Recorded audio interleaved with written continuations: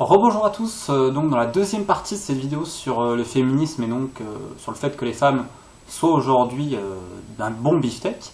Alors je m'excuse, à la base il y avait une seule partie, je l'avais toute tournée en un seul tonon, et malheureusement quand je l'ai mis sur mon ordinateur, j'ai vu que ça avait coupé de manière impromptue, sans que je le sache, à 8 minutes 20, là où je terminais donc mon propos sur le fait que le monde soit fade. Si tout le monde avait les mêmes goûts, les mêmes pensées, tout ça, ce qui est vrai, imaginez un monde de robots et de moutons. Alors, vous allez me dire, mais Romain, nos élites, elles veulent pas faire ça pour bien qu'on consomme après comme des connards et qu'ils gagnent encore plus d'argent et qu'ils aient encore plus de pouvoir parce qu'on est complètement crédule et qu'on n'a aucune créativité dès l'enfance? C'est vrai. C'est pas faux ça, tiens. Ça sera pour une autre vidéo, tiens, sur le fait qu'on nous prend pour des gros jambons de Bayonne. Mais donc laissons ça de côté et reprenons ce que je disais sur les différences entre les hommes et les femmes, car il y en a plein. C'est pas mieux ou moins bien, c'est juste différent. Rien qu'entre les hommes, excusez-moi, mais j'estime que je suis différent de vous et que vous êtes différent de moi. C'est pas mieux ou moins bien, c'est comme ça. Et tant mieux, on a une âme, putain. On a un esprit, l'esprit il est différent, il ne se limite pas. Il est infini, notre manière de penser, elle va être le cheminement par lequel on va penser, notre sensibilité. Tout ça fait de notre différence. Et je commence à en avoir ras la claque, je sais même plus parler, j'en ai ras le pompon si vous préférez, de ce mouvement féministe prêchant que nous sommes pareils. C'est comme le mouvement, le lobby plutôt homosexuel qui nous dit tout est pareil, blablabla, blablabla. Alors là je parle pas de sexualité, mais j'en ai marre de tous ces lobbies à la con, excusez-moi, qui sont au final des lobbies de propagande et avec quand même derrière des fins monétaires, excusez-moi, des fins de pouvoir et pour se faire de l'argent, et qui vont utiliser ces phrases complètement bateaux qu'on nous rappelle dès le plus jeune âge, nous sommes pareils, blablabla. Mais non, nous ne sommes pas pareils, et soyons fiers d'être ce que nous sommes. Soyons fiers d'être humains et pas des robots. Les femmes doivent être fières de ce qu'elles sont, chaque femme doit être fière de ce qu'elle est, comme chaque homme doit être fier de ce qu'il est. Et je pense que ce serait une insulte de dire « Ah bah lui, il est comme elle ». Mais attendez, c'est une insulte. Putain, on a la chance de vivre. Profitons-en, profitons de notre vie, profitons de ce que nous sommes. Pas pour avoir un comportement dicté par notre sexe, par notre sexualité, ou par que sais-je encore. Révoltant. Je m'énerve. Attention. Hein. Comme Audrey. Hein. Attention. Hein. Tout à l'heure, je me suis énervé. En regardant, j'ai dit, Romain, tu vas avoir des problèmes, tu vas avoir des emmerdes. Parce qu'il n'y a pas qu'elle. Hein. On va quand même en citer une deuxième. Alors, j'ai mal prononcé le nom sans doute, c'est Marion Aydalot, ou A-Y-D-A-L-O-T. Hein, vous cherchez sur Internet, vous comprendrez tout de suite. Bon, je ne vais pas parler de comment elle est arrivée là. Non. Et je n'ai rien dit. Mais, ce que je veux dire par là, c'est que c'est le parfait exemple, puisqu'elle avait donné une interview, donc, en parlant qu'elle ne comprend pas, elle est dans le sport, dans le foot, journaliste, donc, foot, elle ne comprenait pas pourquoi il n'y avait pas plus de belles femmes, donc, de genre de bimbo à la télé. Le silence est de mise, hein. Vous voulez que je réponde quoi à ça? Alors c'est bien, franchement c'est bien. Alors, moi qui déjà trouve que le métier de journaliste c'est de la prostitution intellectuelle, des fois on peut enlever le mot intellectuel, hein, vu la merde qu'on vous raconte, je pense que là, comprenne qui pourra, mais le terme est employé juste sa juste valeur, et à bon escient. Vous croyez que je vais avoir des emmerdes?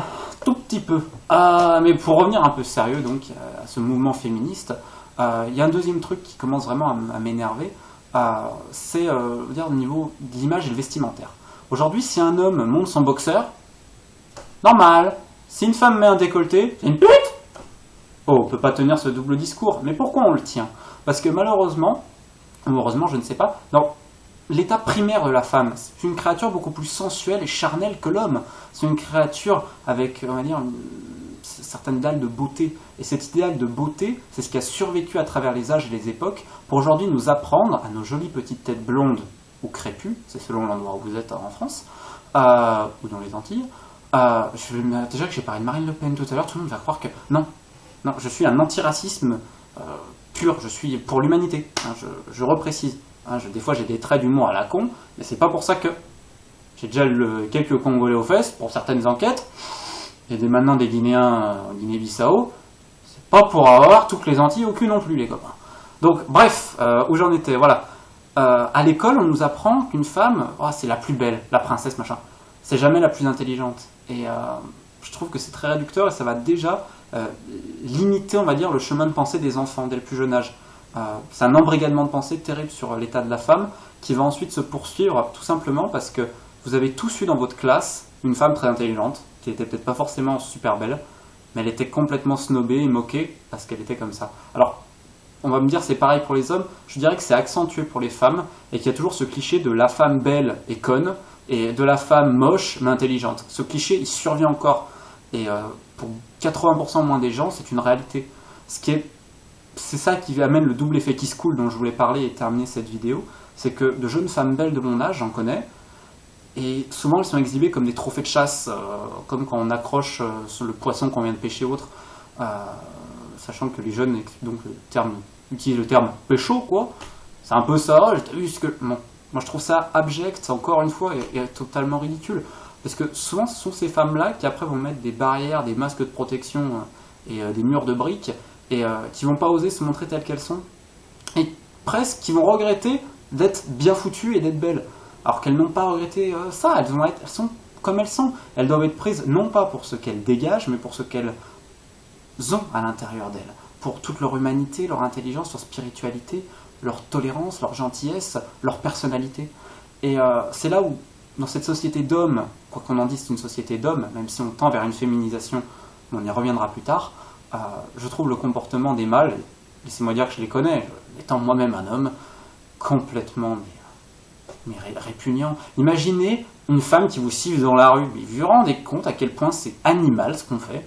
Je sais nous sommes des animaux sexuels, mais enfin quand même, on a un peu de tenue. On peut arriver à séduire une femme sans se prendre pour la dernière des merdes et penser à autre chose que baisable ou pas en regardant une femme. Et malheureusement, tant qu'on aura ce mode de pensée, le mouvement des femmes le mouvement féministe donc ne pourra pas avancer. Et là donc cette créature, appelez ça comme ça, restera un bout de viande, un bon round steak qu'on se fait entre midi et deux. C'est peut-être un peu cynique de ma part, mais c'est une réalité. De par donc nos élites qui continuent de manipuler les gens et d'embrigader les pensées sur le fait que la femme est avant tout belle. On dit d'un homme qui peut-être, on ne dit pas ça d'un homme. La femme, la première chose à laquelle on a, c'est elle est belle.